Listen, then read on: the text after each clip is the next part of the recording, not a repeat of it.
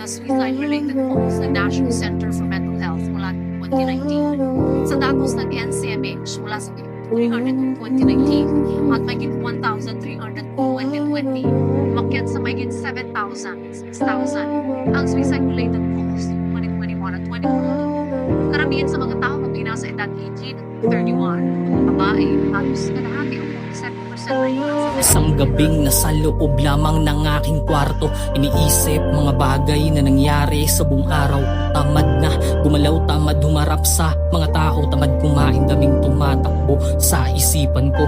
Hindi makahinga dahil sa bigat ng pasan na to. Hindi ko nga rin alam kung kakayanin ko pa to. Suko na ko, Ama, parang awa, tulungan mo ako bago pa mahuli lahat hanggang sa tapusin ko na to.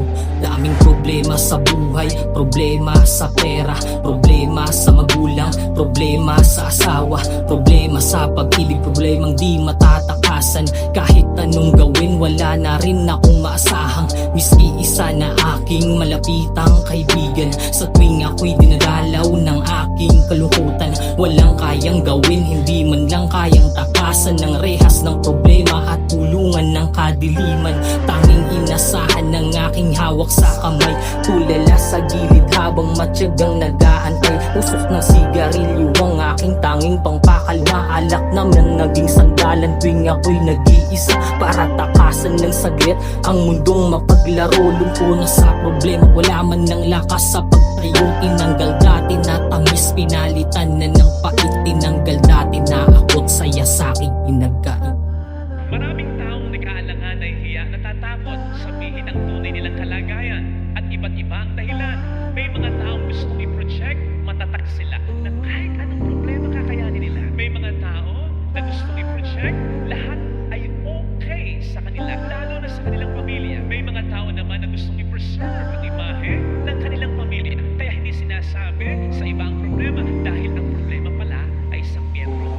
Madaling araw na't di pa dinalaw ng handok, kahit buong araw na katawan ko'y bugbog at pagod. Nakatingala sa kisame, nag-iisip ng paraan kung paano mabuhay at gumalaw pagdating kinabukasan. Pagod na sa kakaisip, anong bukas nag-aantay, mananatili bang lumok aahon pa kaya sa buhay? Oo, tahimik lang pero utak ko ay napakaingay. Dapat sarili ang kampi, sarili ko din na aking kaaway. Sinubukan araw-araw, ganun pa rin walang nangyari. Kaya ako to, kaya humingi ng tulong ay hindi di pwede. Kaya kahit na ganun, dapat manatiling malakas sa pagharap sa hamon ng buhay. Kahit maubusan palanggas, may mga bagay na ayaw natin pero kailangan tanggapin. Hanggat hindi ka matututo, wala ka pa rin mararating. Talikuran man mga problema, hulog pa din ng mundo. Sa huli haharapin mo yan sa ayaw man at gusto mo.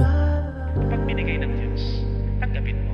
Huwag kang magalit, huwag kang magtampo, huwag kang magreklamo.